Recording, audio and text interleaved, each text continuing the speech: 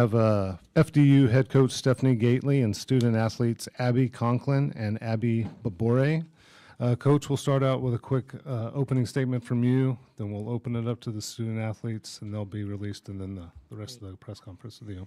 I was reminding the kids in the locker room that when I had my first ever team that went to the NCAA, we were just so excited to be there and just got caught up in the moment and never really, I thought, were competitive in that game. And with this team, there was just something that told me that we were going to be competitive. You know, obviously, I think we got outmatched talent-wise, but I couldn't be more proud of what we did today, obviously what we've done all year. And I told them they're going to have some time to reflect on it because we've made Hackensack history, you know, so to speak. And I laughed because at the end of the game, I thought, wait, we finished 29-4. That was my senior year too. 29-4. So I'm like, wow, that's just, there's so many things that I go back on. We played a really, really good TCU team, you know, really good TCU team. Mark's done an incredible job here in turning this program around. And they've got some really, really talented players. And you can see that their experience really paid off. You know, they were made for this moment, you know. And I just, again, want to acknowledge our kids for being the best versions of themselves and doing an incredible job and making this one of the most special years that I've ever had as a coach. So thank you.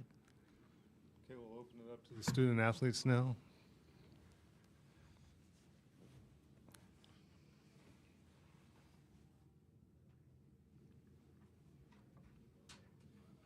Jamie Plunkett with 24/7 Sports. Can you two just talk about the experience of being here in Fort Worth and getting to participate in the tournament? And then you guys played an incredible game and had the lead after the first quarter. What went into that tactically for you?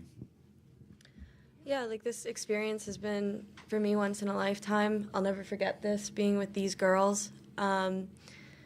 We wanted to have like a balance of having fun, but also focused on getting the job done.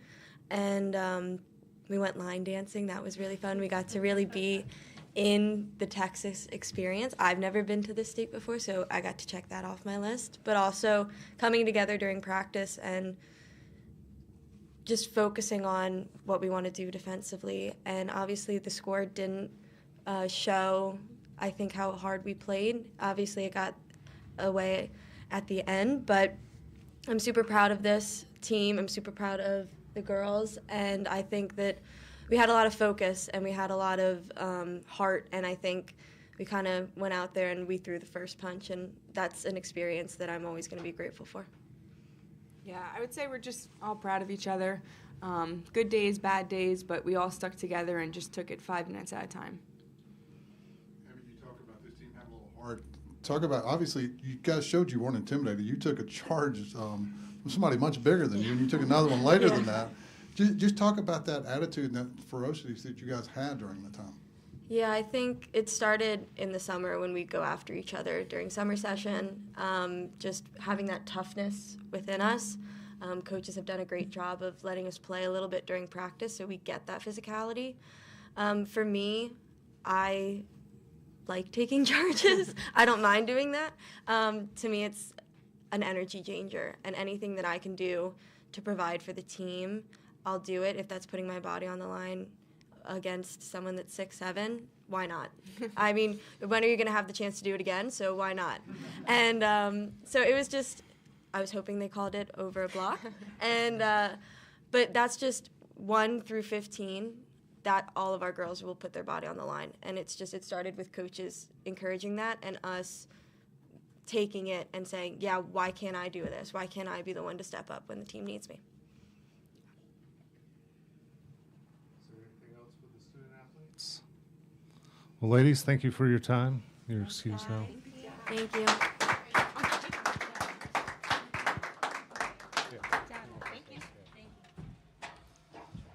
Now we'll open it up back to Coach.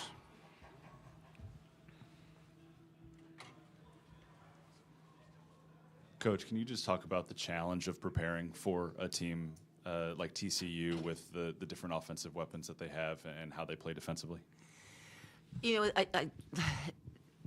the size was a major issue, you know, like at the post, and then the fact that they can spread you out so much because of their shooting, I knew that would be difficult. I mean, because usually there's, we're very defensive oriented, and usually there's one kid you can say, all right, we can be in the lane, we can help there, but it's really hard to do that with TCU because they spread you out. I mean, they shoot the three better than anybody, and on top of that, they got a 6'7", very experienced, very solid post player who's very, very good. So Mark walked by me and goes, I had some sleepless nights getting ready for you. And I'm like, okay, wait, what about us? Like, I guess I didn't go to bed, but